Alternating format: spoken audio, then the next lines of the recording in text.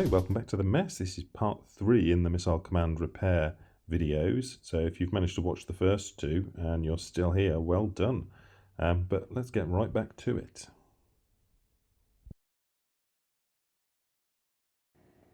I can't see anything obviously wrong. These have all got inputs and outputs. I haven't stuck the logic analyzer on them to see whether it's correct or not, but they look like that. The ones over here as well look the same. They look okay. I was kind of hoping that one would have gone as well, because that's directly connected to this, which was dead. So I'm trying to find the root that's killed all of these, killed all of these, killed this, killed this. So it'd be nice if I could actually find a direct connection through all of these, because that might help point out some of the other ones that have failed. But yeah, at the moment it doesn't immediately look like there's a problem with those, but then again it didn't immediately look like there was a problem with these. So I don't know. I think I'm going to take a break and have a think. Right, whole new day, and the only thing that's progressed is my cold. So I'm kind of fed up with this section of the board at the moment, so I'm going to take a quick break and have a look at the watchdog circuit because the watchdog is not parking, and really with the board in such a mess it should be.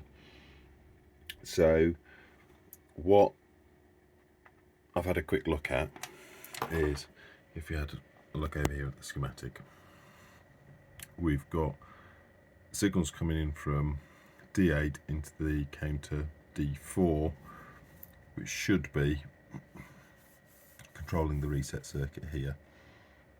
Now if we have a look at D4, that's not doing anything, and if we have a look at the inputs on pins 2 and 3 of D4, so there's pin 2, we've basically got that, it's kind of floating, and there's 3, so they're the same, and those are generated by D8 on 12 and 13 out on 11. So if you look at D8, so there's 13 is high, and then we've got some signal on on the other input, but the output just looks like that. So that definitely shouldn't be the case. This is 7400, so that's a NAND.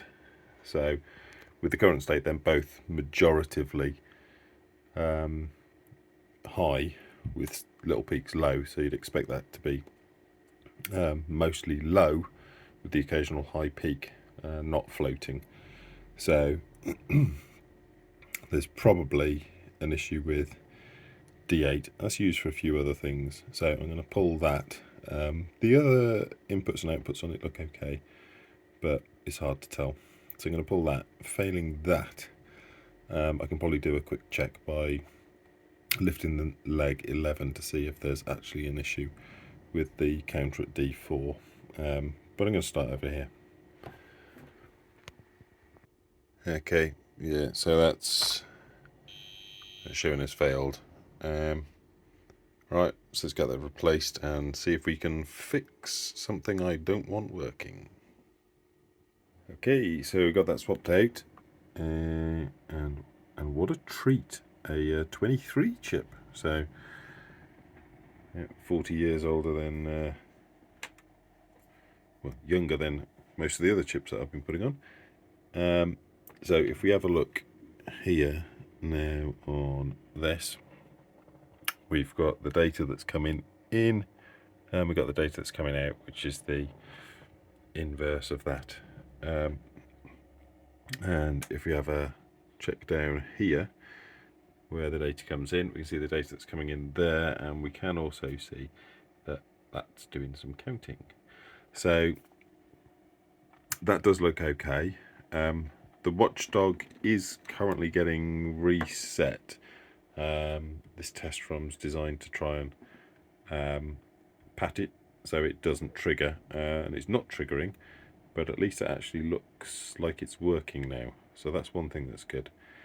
But that doesn't really help me. That's one thing to tick off. But now I need to carry on and try and work out what the next issue is. A couple of chips that are in line with the ones that fried that seem okay but aren't brilliant. So we've got C4 here, and if we check the input on that, we've got a really nice strong input, and if we check the output, which I've isolated now, that's still fine. It's still going to trigger, but that's quite a loss just to invert it. But I can't see anything wrong with it. I separated that leg so I could just check that there wasn't anything pulling it down, but no, I'm going to carry on looking. Okay, so we're back looking at P2 to try and see if we can get the ROM signals coming out of it. And if we have a look at BA10 and 11, and we've got the logic probe linked up, and we've set it up as a bus, then we can see that it's getting 032. So it's going 032, 032, 032. So one's missing, but I'm not going to worry about that at the moment. And if you have a look here, we've got 0, which is 8. Then we've got 11 and 10. So it's going 8, 11, 10, 8, 11, 10. And the signal on 0, according to this, looks all right. So we're getting a longish pulse on 0, then 3, then 2's the longest out of those.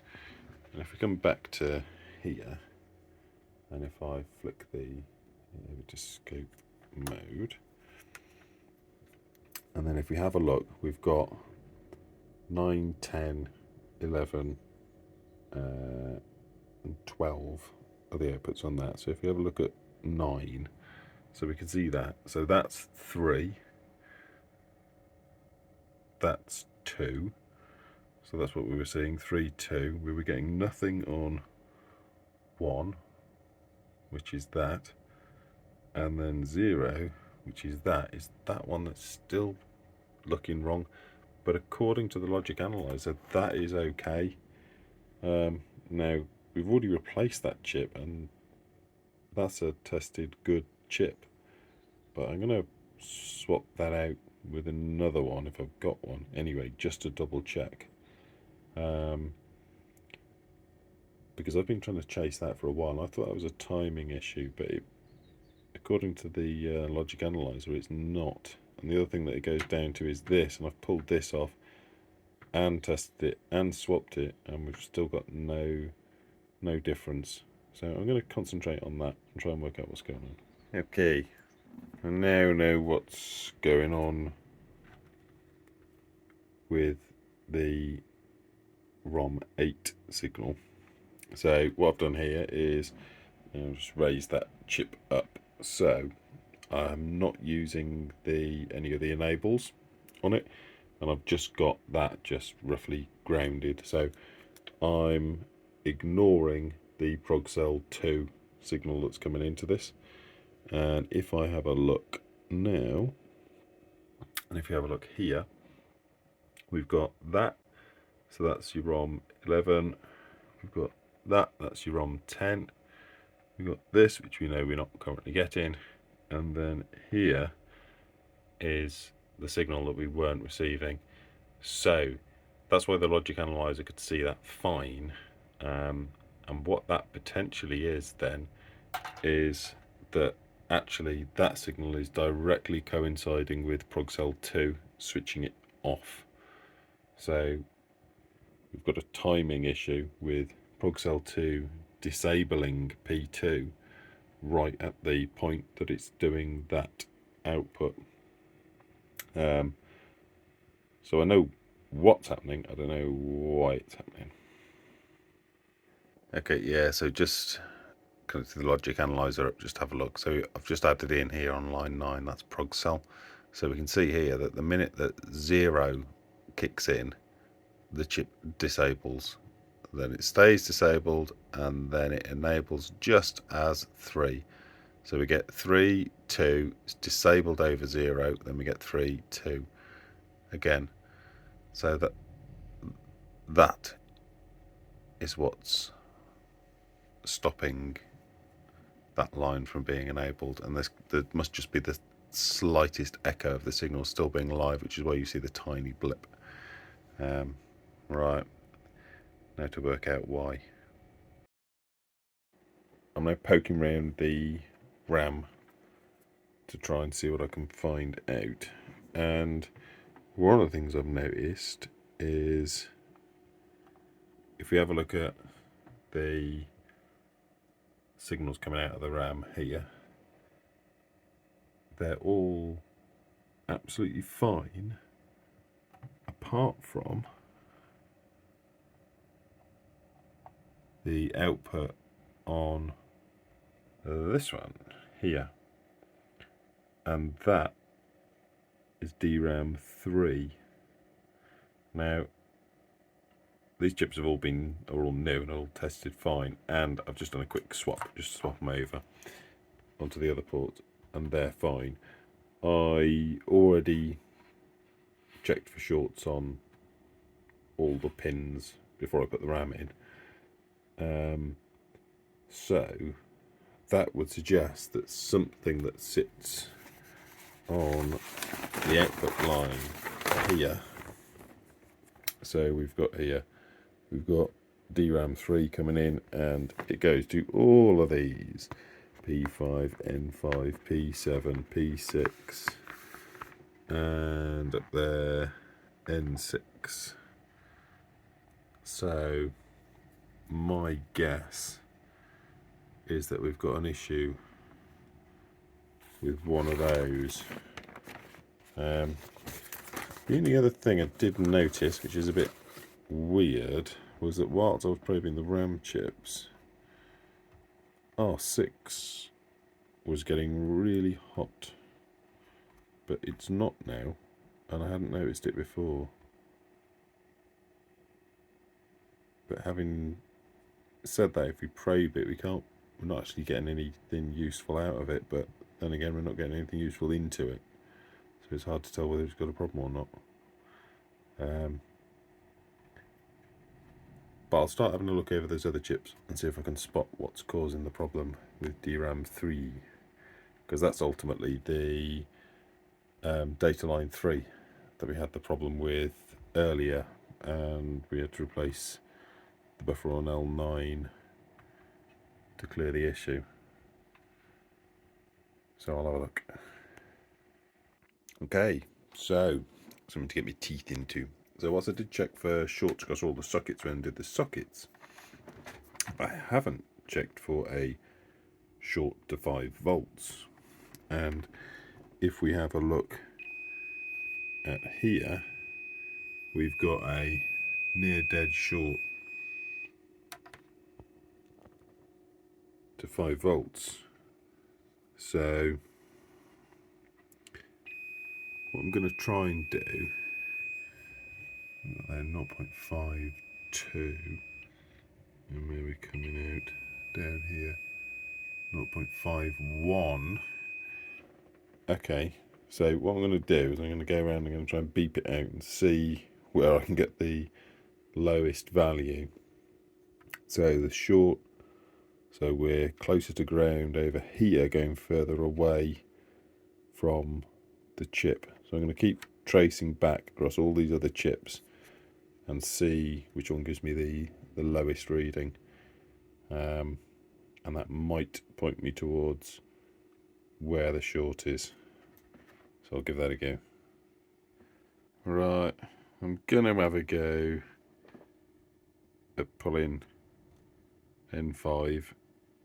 I mean, it's real marginal, and they're all pretty much given roughly the same value. But if we have a look at that, drops slowly to 2.3, and that one drops quite quickly to 2.3. And just to show, a dead short's 0.6.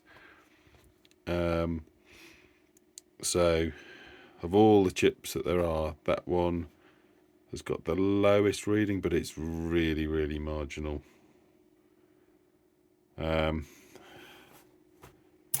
this could be quite annoying. How many have you got? We've got 1, 2, 3, 4, 5 chips that are all connected to that same one. I guess the only saving grace is the buffer's already been removed, so that's one less. I can't really think of an easier way of finding out which chip it is, so I'm just going to go with that one first and then work my way onto the others, I guess. Right, we're out. I like to think that this was pure skill rather than luck, but there's the 5-volt rail, and here we go. We've no longer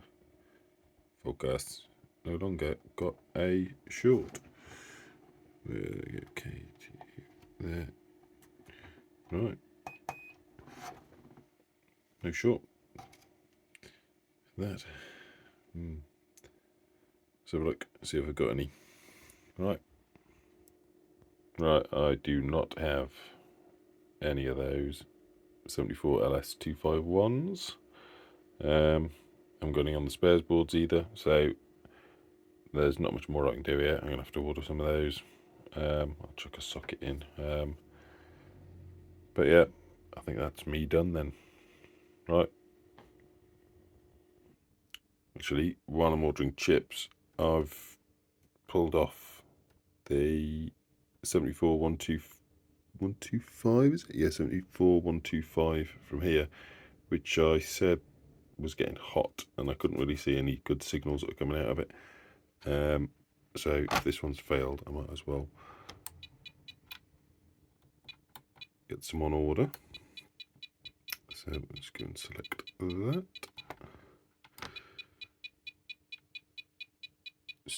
Slowly. 1, 2, 5, 3-state buffer. Okie dokie. Right, I'll get one of them on order as well. I think I'm going to also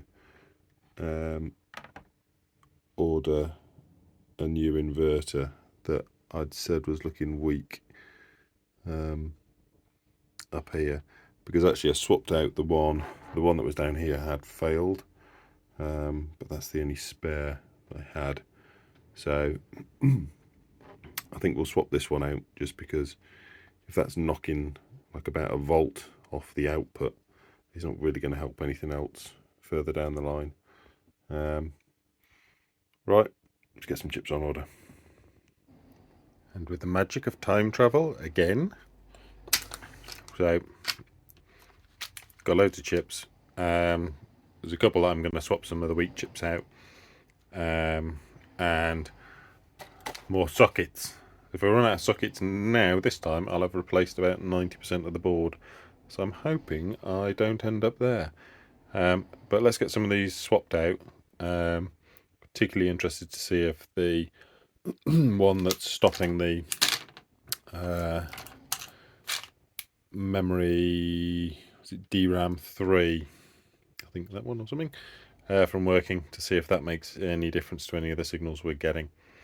But yeah, right, let's get swapping some chips. Okay, so we got our new buffer and our multiplexer in, And if we go and have a look at here, we've now got a lovely signal coming out. So that's fixed that. Heading back over to N2, which is the one that's been causing all the problems, or at least the one I'm trying to diagnose.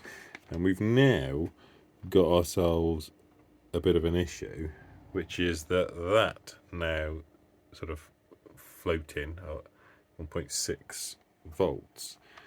We used to have a signal on that, and we've now lost that, and that is BA14. So I'm going to have a little look at that. The other thing I said I was going to do was this 7414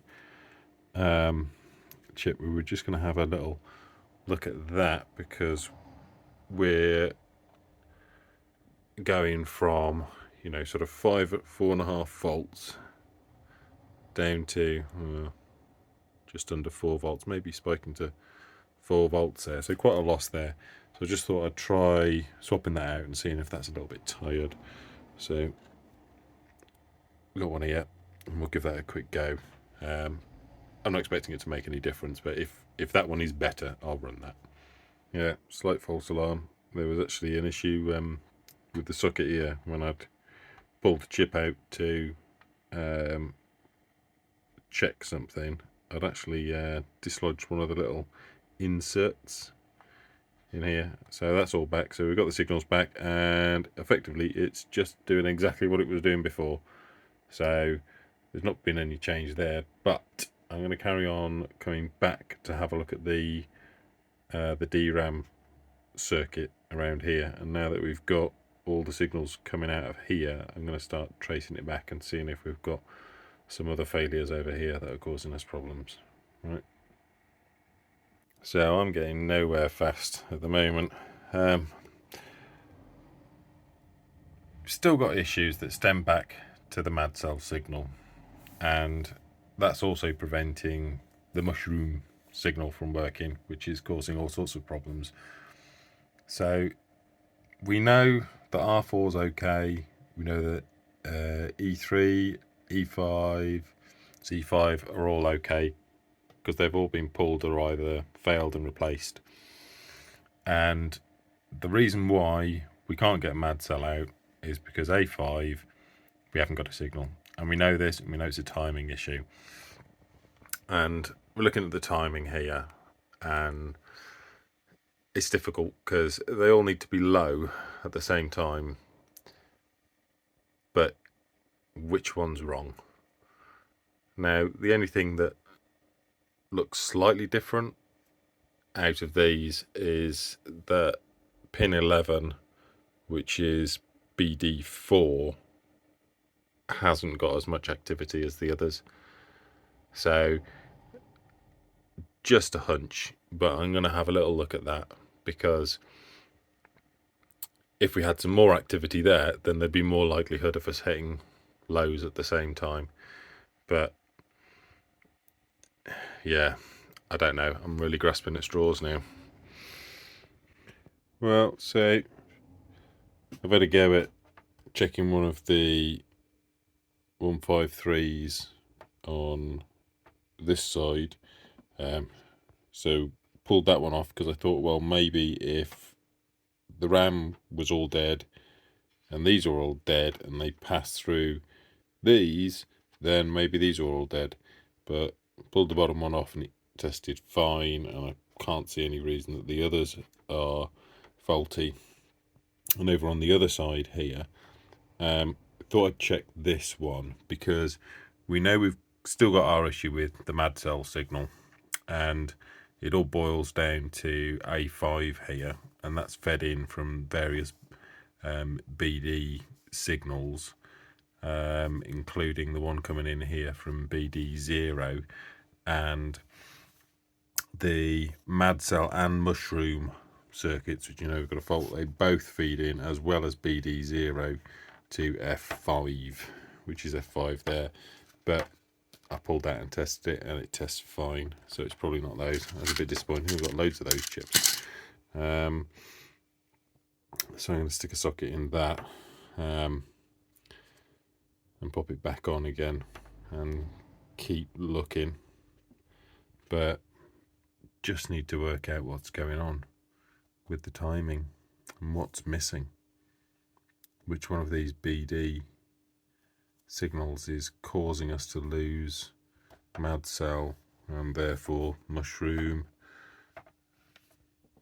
If we still try and backtrack through the mad cell circuits and into all of these circuits, I've started to have a look at each one of these, and then I'm just going to trace back, and if I need to pull everything that's connected off this and test it, I will do, but I'm going to go back over and have a look at what I can.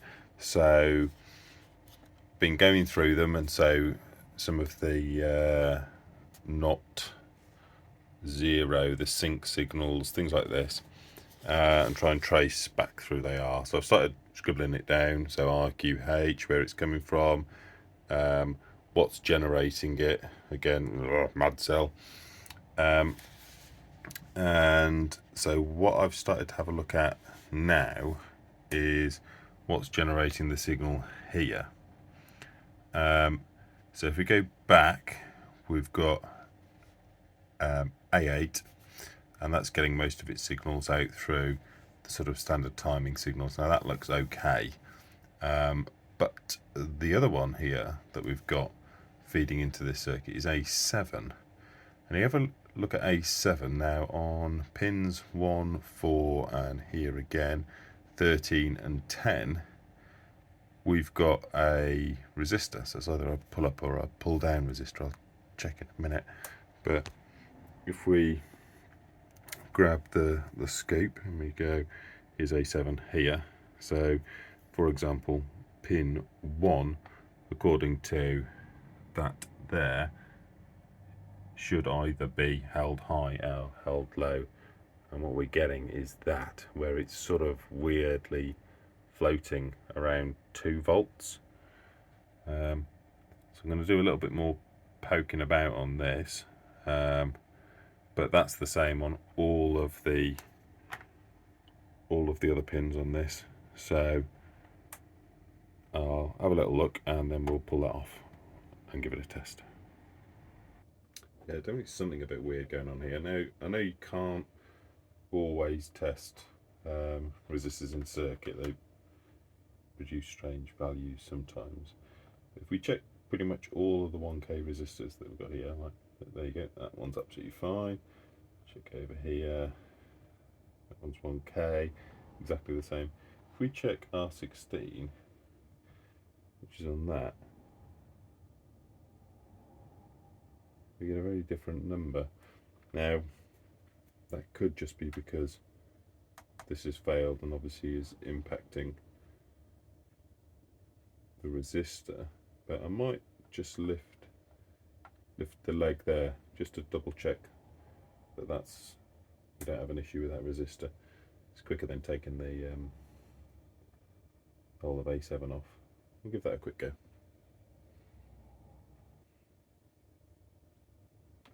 Right, so yeah, nothing wrong with that at all. So I'm going to go ahead, I'm going to pull this off, and we'll give it a quick test.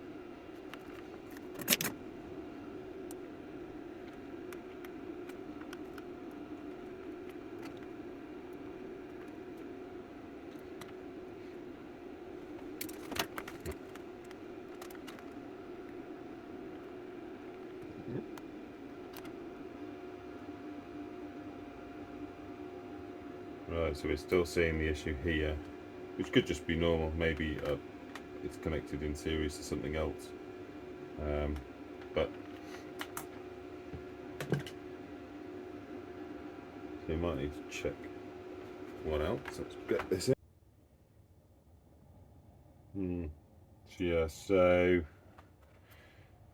I mean, we can actually see that the traces head off over here and over there, and if we have a look here, it's the same one that's using all of these. So our problem's either with A7, B8 or C8. It could be any one of those three. Right. Maybe I'll try beep it out again.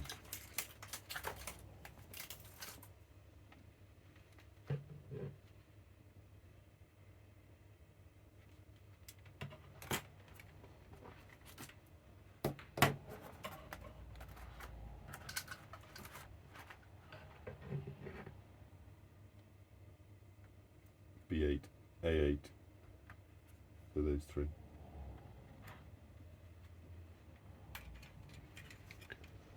Fail on my part.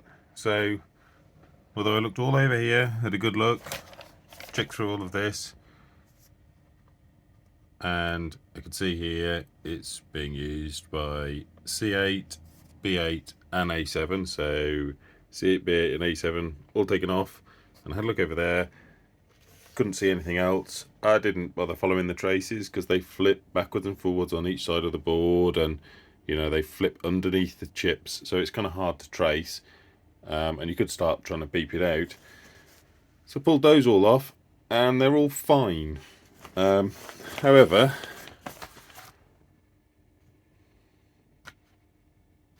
and that's on C7, which is the one that we know we've got an issue with on the mad cell line. And although this looked like it was kicking out OK signals, I clearly didn't check these. So if it was going to be any of them, it'd probably be C7, because that's the one that's connected to everything that's failed. So if I'd have actually looked over this schematic as well, instead of just sticking to that one, I'd have 100% started with that one, which is here. However, it did give me an opportunity to straighten out one of the legs of this one here, which was bent from factory and sticking out, and every time I saw it I thought, oh god, there's a problem. However, I've bent it back and it's just about to fall off, so I'm gonna have to I'll see if I've got another one of those. If not, I'll make it a new leg.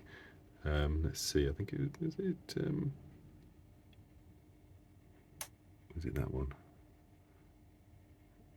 Focus. Yeah, it's that leg there, very wobbly now. Okay, right, I'm going to get these socketed, put them back in, and I'm going to pull that off. Yeah, this is annoying. It's also B5. I don't think there's anything else. So I'm going to pull both of these off because I know that I've got a problem in all of this circuit, and I can keep trying to troubleshoot it, or I can just spend 5 minutes and just pull these off and check them. C3, I can't remember if we've already taken that one off, but I'm just going to do this. I'm going to do everything that's connected to resistor 16. I'm annoyed I didn't pick up on this much earlier, because I've checked obviously the outputs and the inputs going into here, and because we haven't got a mad cell coming in, the signals coming out aren't right, and I think I've even put the logic probe on it to check, and everything was sort of okay. But actually, if we've got an issue here with something on this, then that's affecting a large number of chips, whereas I was just sort of assuming that, you know, you might affect one of the lines, but actually R16 looks like it's connected to about five chips. So let's get them off and see if we can work out which is the problem. So, absolutely sod's law, exactly the same thing with every single time I seem to have hit this. It's the last chip. It's the last chip I pull off. So, it was B5. So I went round in a circle here, B5, and as soon as we pulled B5 off, the resistor here was reading 1K, and there it is, 7410, failed. Right, I mean that's great because that's something in exactly the area that I've been trying to diagnose, that we know is wrong. I think I should definitely have a 7410 kicking about. So let's get that all done, and I suppose now we've checked all of these, we know they're all fine, and let's pop that in and see if that makes any difference. I only have one, but that's all I need at the minute. It's pulled from a donor board, 82 date code, so slightly newer than the ones that came off. Get that in and we'll give it a test. Actually, let's not just give it a test until I make sure I've put B8 in the right way round, which I hadn't. Okay, right, let's give it a test with that the right way round. Okay, so that hasn't made any difference, well, not to the sections of the circuit that I'm currently looking at. So I pulled all the ROM chips back out, and I also burnt another copy of this because these 2716s are a bit unknown. They read fine, so I had no reason to actually believe it was an issue. I just wanted to make sure that it wasn't something related to the actual ROMs that I had in. Is the reason why address line 8 looks like that, whereas most of the others all look like that. So I don't know if that's an issue. It doesn't seem right. Why would that one be different? So I think I'm going to spend a little bit of time digging around on that. I did pop the original ROM back in, and that was then triggering the watchdog, which does mean that the repair to the watchdog circuit is working. So I guess that's one thing, but there's not really much point in us doing that if we can't even get this basic test ROM to work. So I'll keep looking.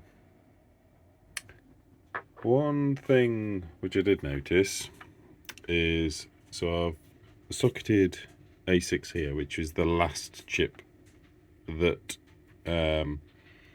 was connected to the R16 resistor. Now, I didn't think I had an issue, but if we power this on, and if we actually check the pull-up resistor here, we're actually only seeing just under 2 volts out of that. Now, because we'd removed everything else, what we can do is check that the last chip that there is, that one was only loosely in. If we check without that, then our pull-up resistor here should be reading 5 volts. Now, that's a 74S74. I don't think I've got any 74S74s, but I do have 74LS74s. And if we pop a 74LS74 in, and then we power it back up again, and then we check, we've still got 5 volts. Now that does actually test okay, but it's clearly not right. So I'm going to have a look on the spare board, see if I've got a 74S74. If not, I might have to order one in. I don't think that's going to help me much, but it's another thing that's out of the way. I've gone back over the sync circuits and stuff like that, and they all look absolutely fine. I'm now having a little look around through the DRAM section, which is difficult because we don't have any of the mad cell or the mushroom, which seem to be responsible for a lot of this circuit. The only thing that's slightly concerning is this, which is the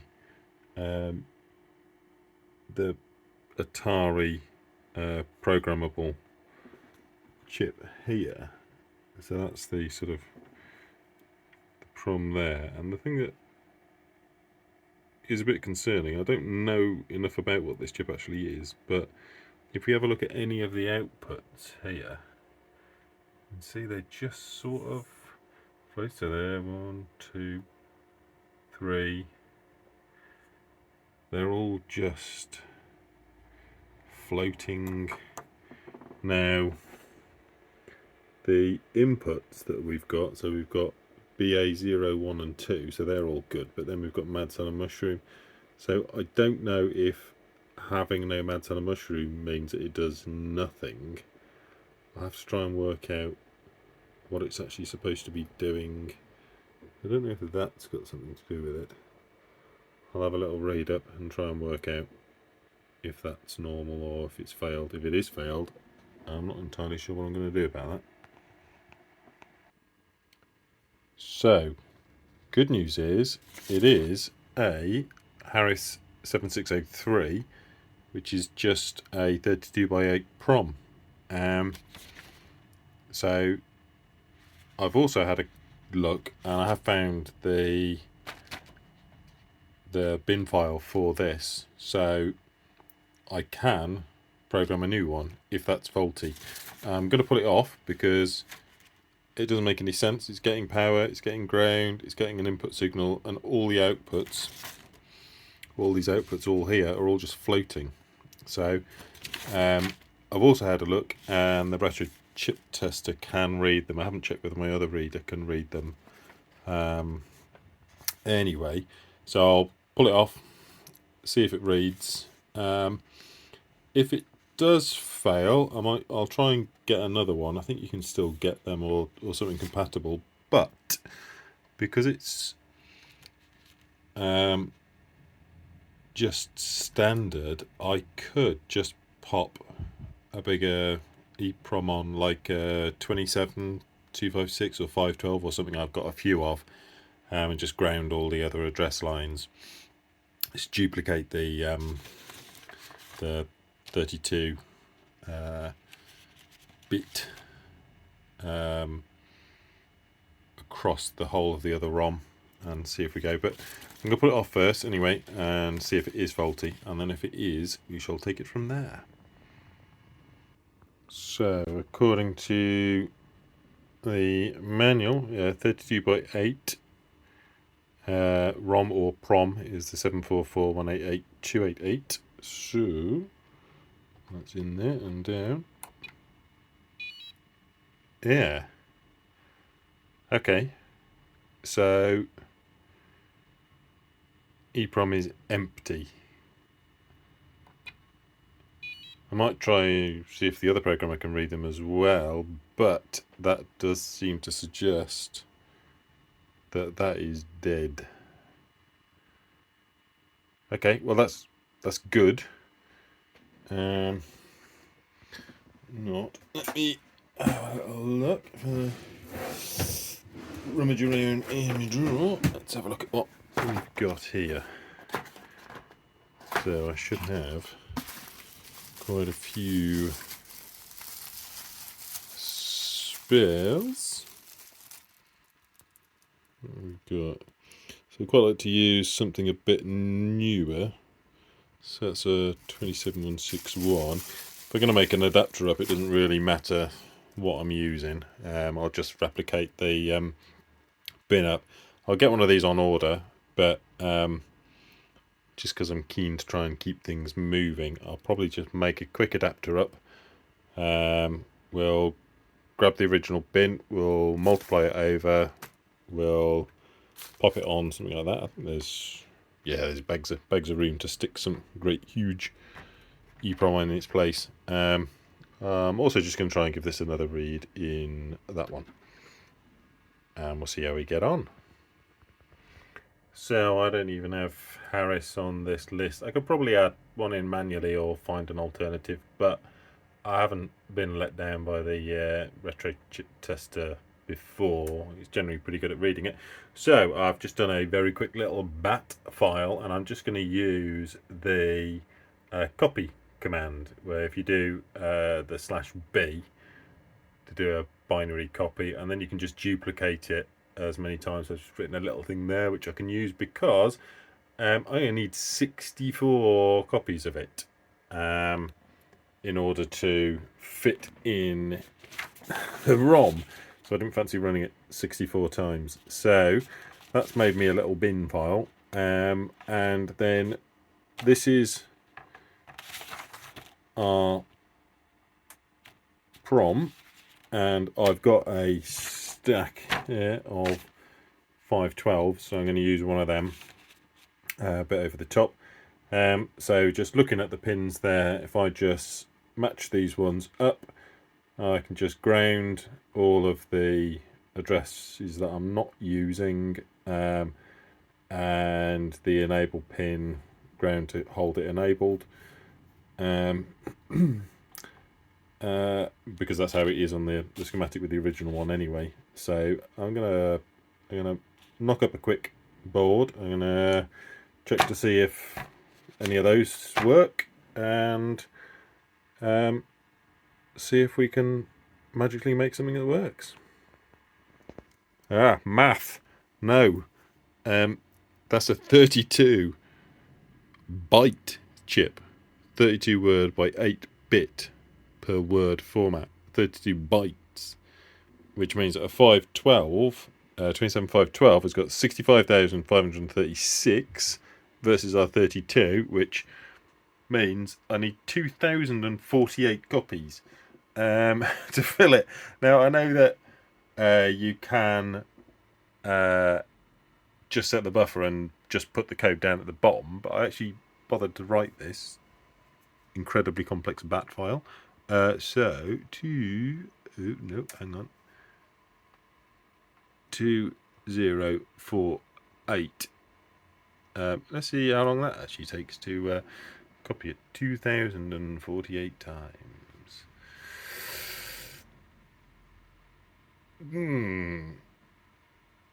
Probably an easier and quicker way of doing that. Anytime now. Yeah. Right. 2048 copies. Sweet. Okay, so yeah, so that shows as the file being exactly 64K, and if we load it in, that fills all the way up to FFF0 with the rather unexciting bit of code. So I'm going to try and flash that on, and then we'll make a little adapter up that looks a bit like that. Whose stupid idea was it to try and make that? Right, let's see if it sets on fire. Okay, so I mean, looks fine. So the same check that we did before, because in theory this should be able to read that as the PROM. Hey. Oh, missile combat. I mean, it's close enough. I've got the the wrong file on it. Video. Right. Let me check. Think I should probably swap that. You might be able to spot. It's that one there. But yeah, almost like factory. But yeah, I think I might I might get some of those on order. However, whether or not that's right, but my total nemesis here that has not been producing anything on the progcell lines. Progcell. They are active. So that means something's happening with the ROM select lines. So I'm going to have a go through all the ROM selects now and see what's happening. Ooh, progress. I've put the original ROM back in, and now if I check mad cell, which is this one here, we are seeing some activity. So it seems to sort of pause, and then we're getting activity, which is definitely a lot more than we were getting with the test ROM. So I wonder if the test ROM's not properly hitting that. Still hasn't made any real difference to anything, but there's some activity, which means that I can probably try and troubleshoot some of the circuits that are on the mad cell side, because I couldn't do those before because there was no signal, so it's impossible to tell whether anything was correctly coming out of them because most of them were disabled. So I'll have a little poke around now running the original ROM and see if I can find anything. Right, I'm going to stop for a bit because I'm at the point now where I could just be seeing timing issues, because that is not going to be anywhere near fast enough. I thought I had some of the faster, I think the Winbond EEPROMs, but I haven't. I'm going to order some more in. And I think it's about 4 times slower. No, maybe three times slower than the chip it's replacing. Also, I'm still waiting on a full 74 S74 to go up there. So we could, that chip there's too small because that's just an LS sitting in it at the moment to try and get some of the signals going. And we know that that's going to be way too slow. I've ordered a replacement anyway, but I don't think I've got any way of burning it because my EEPROM burner doesn't do it, and I don't think there's an adapter that you can get for the retro chip tester. But I'll get one anyway because they're getting rarer. I'll order some better, faster 27512s, and I'm also probably going to have a little look at perhaps using a gal chip instead, because they're smaller and faster and also cheap. Something I've not really looked at, but I might even have some kicking about, so I might give that a little look up and see if that's an option. Right, haven't got any EEPROMs or gals yet, but these have turned up. So that's the old 74 S74, so let me go back over there, and it was this one here, A6. So if we pop that off, which just had the normal 74 LS in it, and we put one of those in there like that. Ooh, not like that. Let's give that a little squish. Like this straight.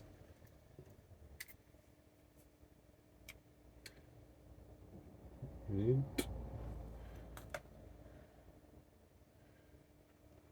put that back in. And then we're good with that.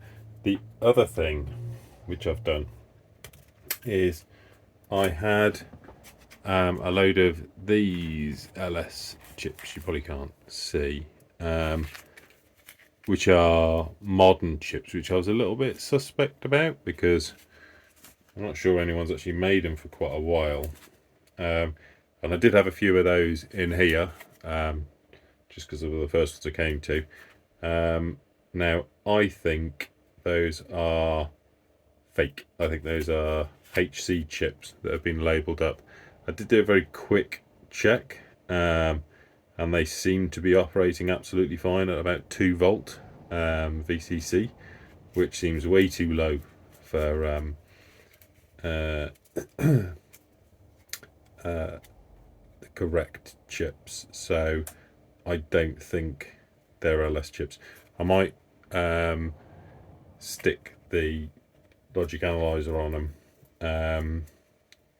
in scope mode or whatever and measure some of the rise and fall times to see if they're right, but I'm pretty sure they are. So I've swapped out any that had these in with ones that are definitely correct, old chips that I know I've got, and they're all tested right, just to make sure that I haven't got an issue. I know that you can get away in some instances with HC chips, but for now, while I'm trying to diagnose problems, I'm not going to risk just causing myself a problem with a chip that I don't know whether it's very good or not.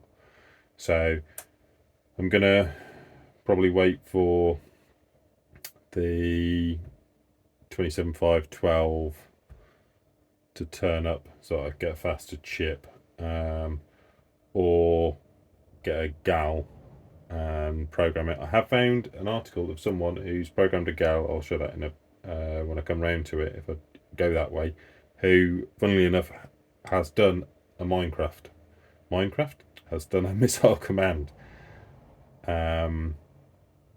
board. So he's actually already provided all the data and everything, so I just need to pretty much clone what he did and swap it out. But we'll see. Yeah, so I need some more bits. Okay, so this is the article that I'd found looking at replacing the 82S123 PROM with a 22V10 GAL. And it's a nice little article here showing how he's connected it all up and popped it on there, and he was doing it on an Atari missile command board. And if you have a look here, he's also provided the PLD file, and the first thing we can see there is this is 20 years ago, and Mark's done it, and he's included in it the data here, which is the same data that the PROM holds.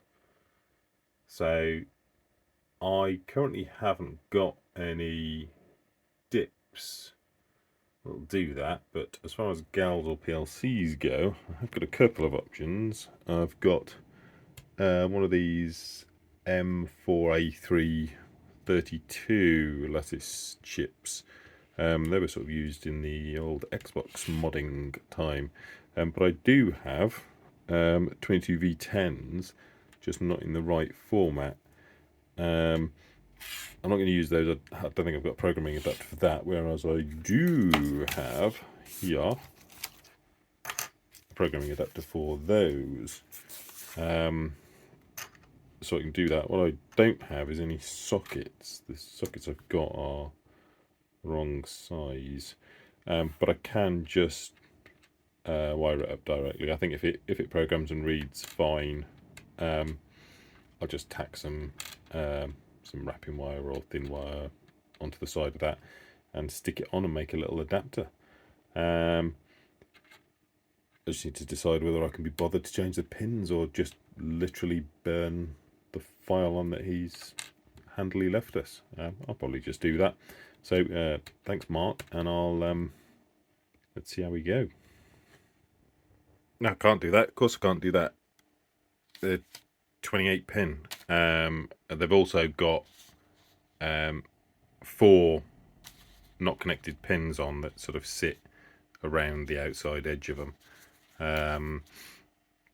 So they're effectively the same number of pins, but they've got 4 that they don't use. So I've just roughly remapped it using the same thing, and all I've done here for gas, so we changed the device over to the LCC version, and then we've got the pins there where we've got D0 to 4 using 3, 4, 5, 6, 7. 9's the output enable, which you don't really need because it's just grounded on these anyway. And then the pins here are split because they jump over they're not connected. Could put them all out individually, but that's just 17 to 21 is Q7 to Q3, and pins 23 to 25 is Q2 to 0. So that compiles okay. So absolutely no idea because I'm making this up as I go along, so let's give it a go. Now, having said that though, I don't actually know, I've not used this program at all for doing any of the gal chips. Now, I don't know if this is normal. So right at the end we've got a bit of data, and then obviously we've got here which is all the settings. Now if I read what's burnt onto that chip, that says, oh, that reads absolutely fine, but it's all just ones apart from that bit at the bottom. Now if we program it, it programs fine, verifies successful, but I don't know if you're supposed to be able to read what's on them or not.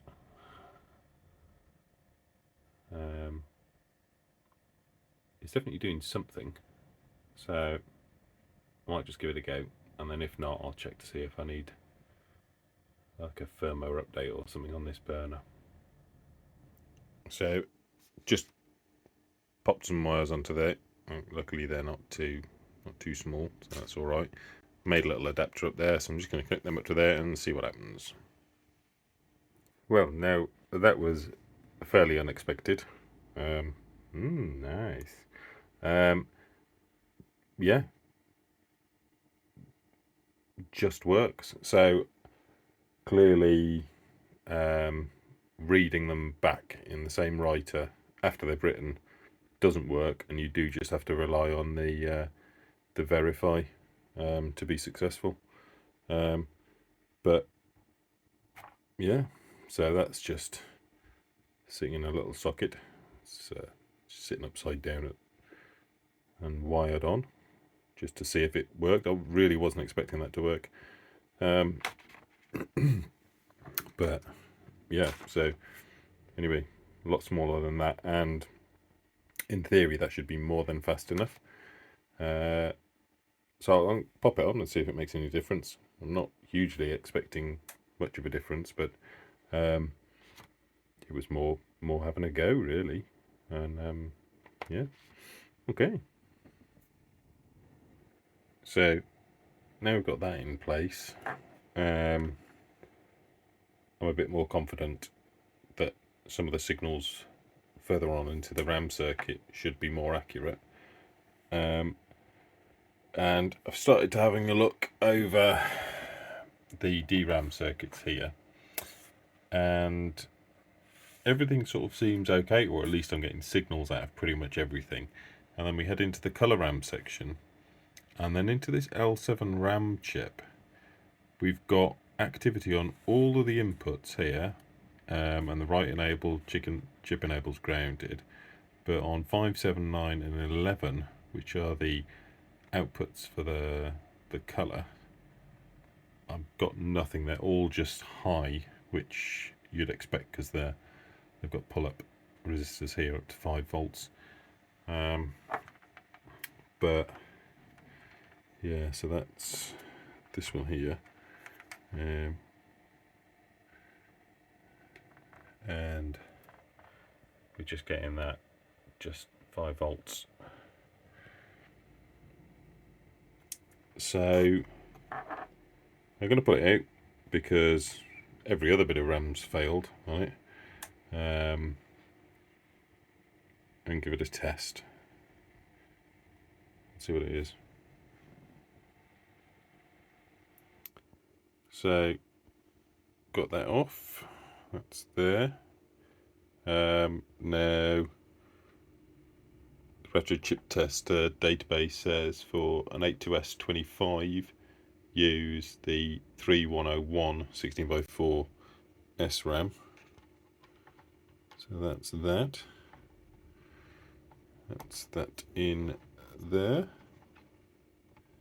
And give it a go. Right, okay. So it doesn't even think it's in there. Okay. I have no idea if I've got any. Might have to have a look on some donor boards.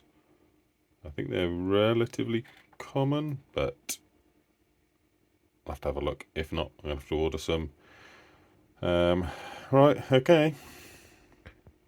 I don't have any, so I'll get a couple on order, pop a socket in there, and then there's nothing else I can do really until they turn up.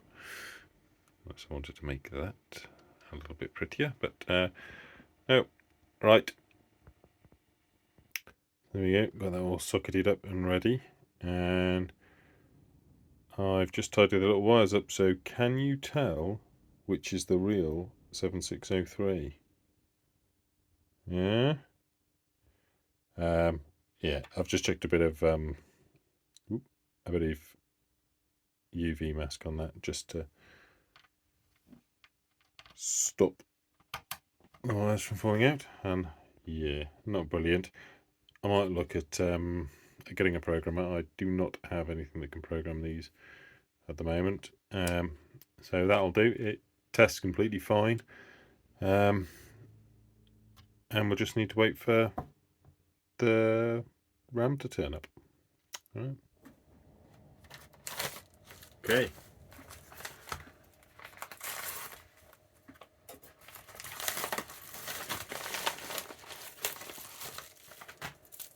Thank you.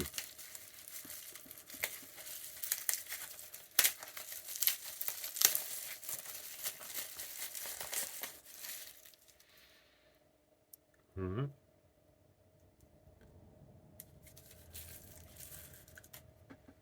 Give that a little go in the tester first.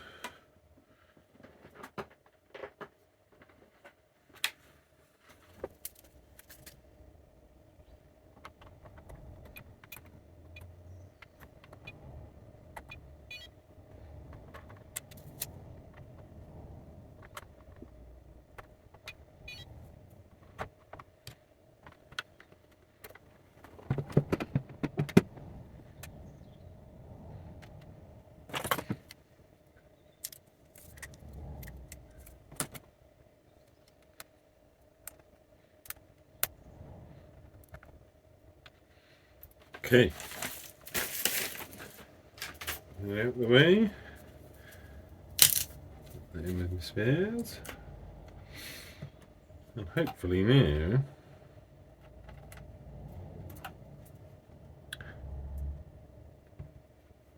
give it a bit of power.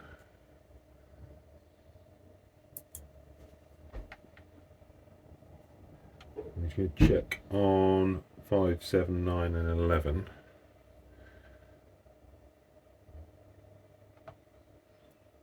Okay. Yep, we've got activity.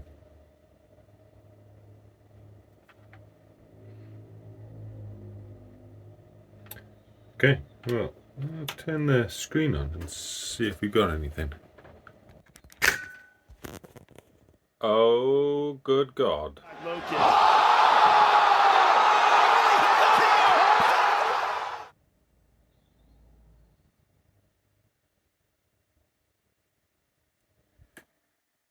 It's alive!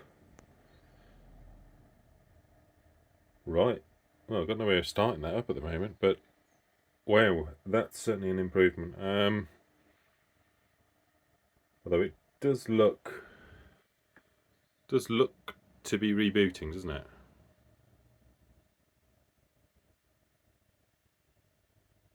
But that's certainly something to work on. Excellent. Right. More testing. Right, so that's what we're getting in test mode. So I've got a bad chip, whatever that means. So let's have a little look and try and work out what that is. Excellent. This isn't good.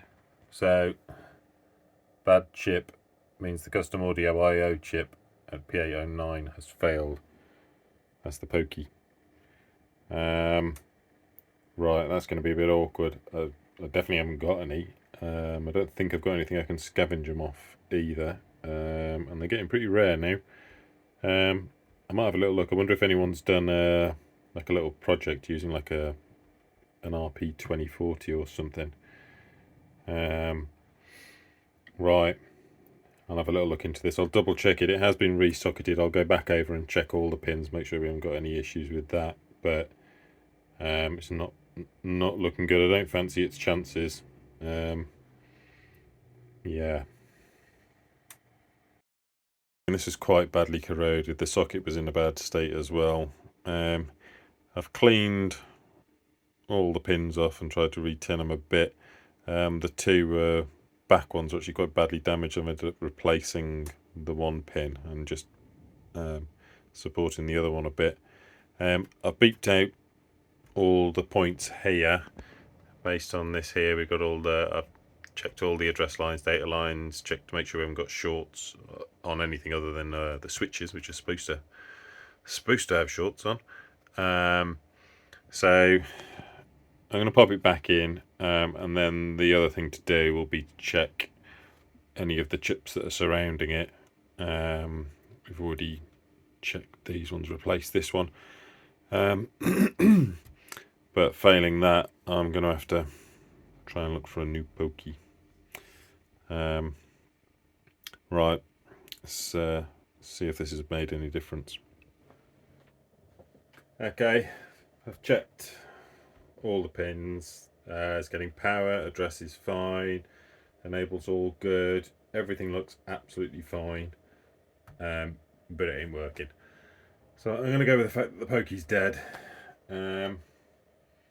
Now, one place that I believe you can get that pokey from is one of them. So, right, give me a minute and I'll be back. And there we go. Ooh, back in the day where sockets ruled. So yeah, everything socketed, and there's the pokey. So I just need to have a little quick look, because that's a CO1229422, and that is a CO12294B-01, I think. So I don't know if there's any difference between the two of them.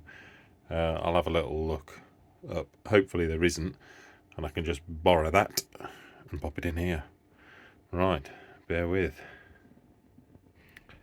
Okay, so although it doesn't have, that's the -22, but I think they're mainly just either like a 01, like a single core, dual core, or quad core are the main ones. And these ones out of the 400, 800s, 130XEs, and that should all be the same, should all just be standard one core pokey. So in theory, that's all good. So tell you what, let's test mode off. Let's just go for it. It's definitely in the right way round. Okay, I've not left anything shorten the board out. Right, on. Let's see what happens.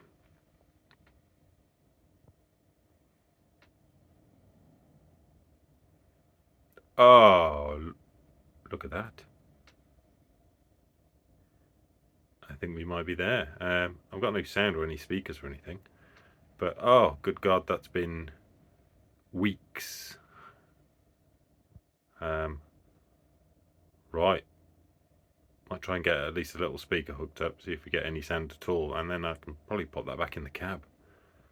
Woo. So hooked up just a little speaker to this, couldn't see anything. Popping the scope on, the audio out, couldn't see any signal at all. And checking the output from the pokey on pin 37, it pushes the audio out through this 324. And if we have a look at that, you've got it coming in on 5 and then coming out on 7. There's nothing coming out on 7, then it loops back into itself. So I'm hoping that that's the last thing. Although we haven't tried any of the track trackballs or anything like that. So I'm going to pull that off, and we'll pop in another LM324 new chip in the cam, and wait for it. Audio! Exciting, huh? Right, so we've got video, we got audio. The only way of checking if I've got any controls is to connect it back into the cab. So that's what it looks like. So that's how many failed components we had. We swapped out all the sockets. I'm not going to include the CPU in this because I've got a feeling it might be okay. It was incredibly weak and was struggling, but then again there was we had a lot of problems.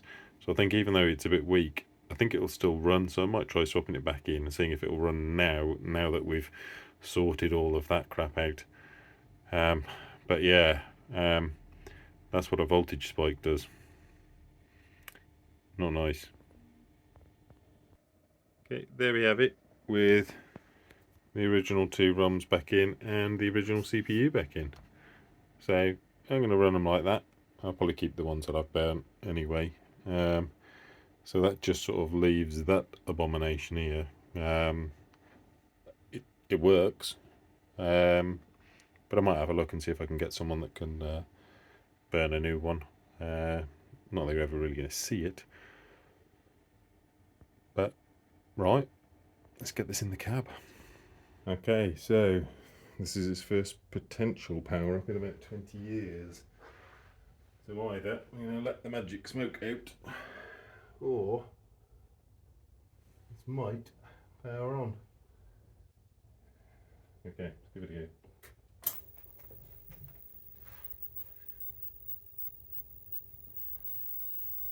We've got a red light. Woo!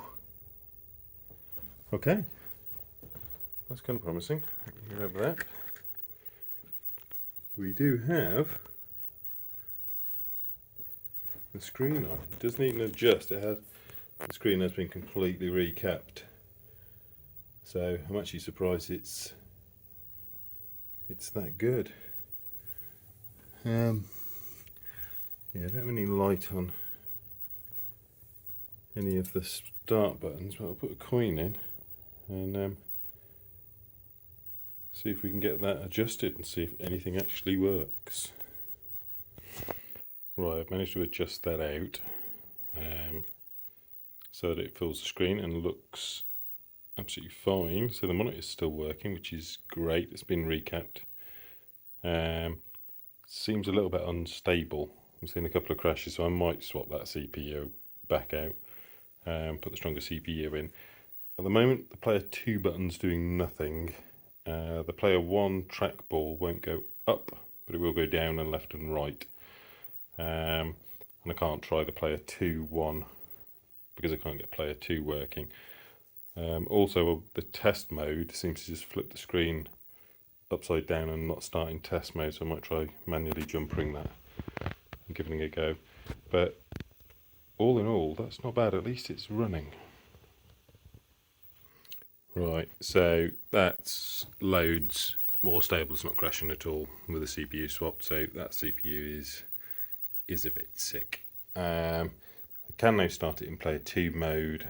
The buttons work. The trackball doesn't work at all player 2 mode, and in player 1 mode it won't go up. I've checked the connector. I don't think it's the connector, but I'll beep it all out. It could be that the sensors have gone in the trackballs, which either means I could swap the whole assembly out, or what I'll probably do is buy some of the replacements that I think are either drop in or just need a small modification to work. But yeah, all in all, really happy it's at least running, so that's good. The voltages look all right. 11.6 on 12 is a little weak, and I could turn the 5 volt up a tiny smidge, but fantastic.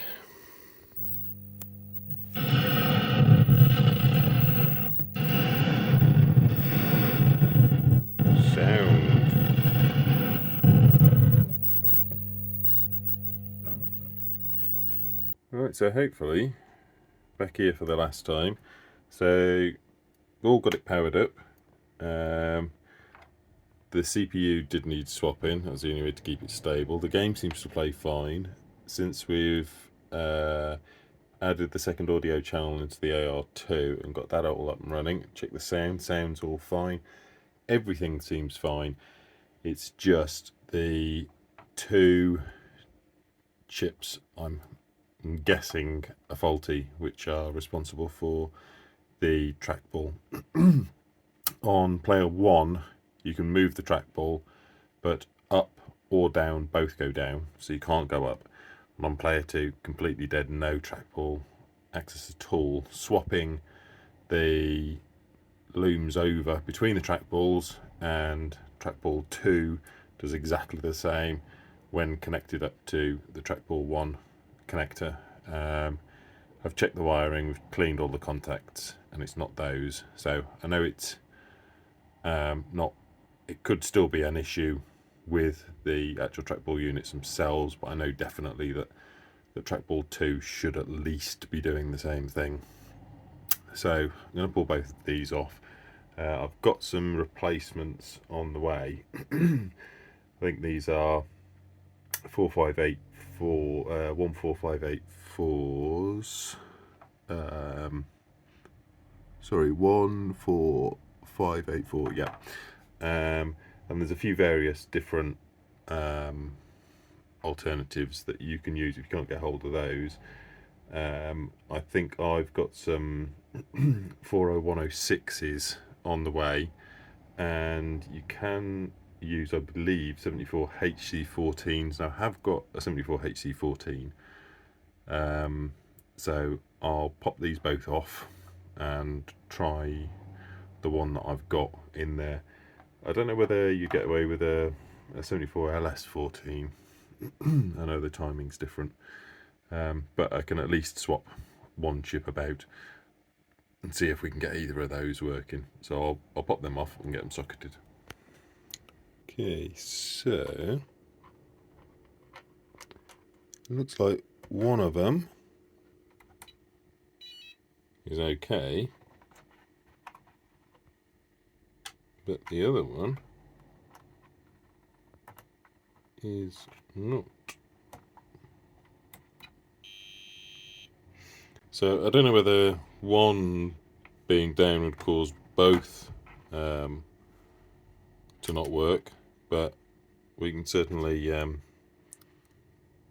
swap it out anyway. I'll get those socketed up, and I'll try the 74HC14 that I've got while I'm waiting for the other ones in, and we'll swap the failed one out and see if that makes any difference. Okay, so replacing the inverters there has fixed the issue.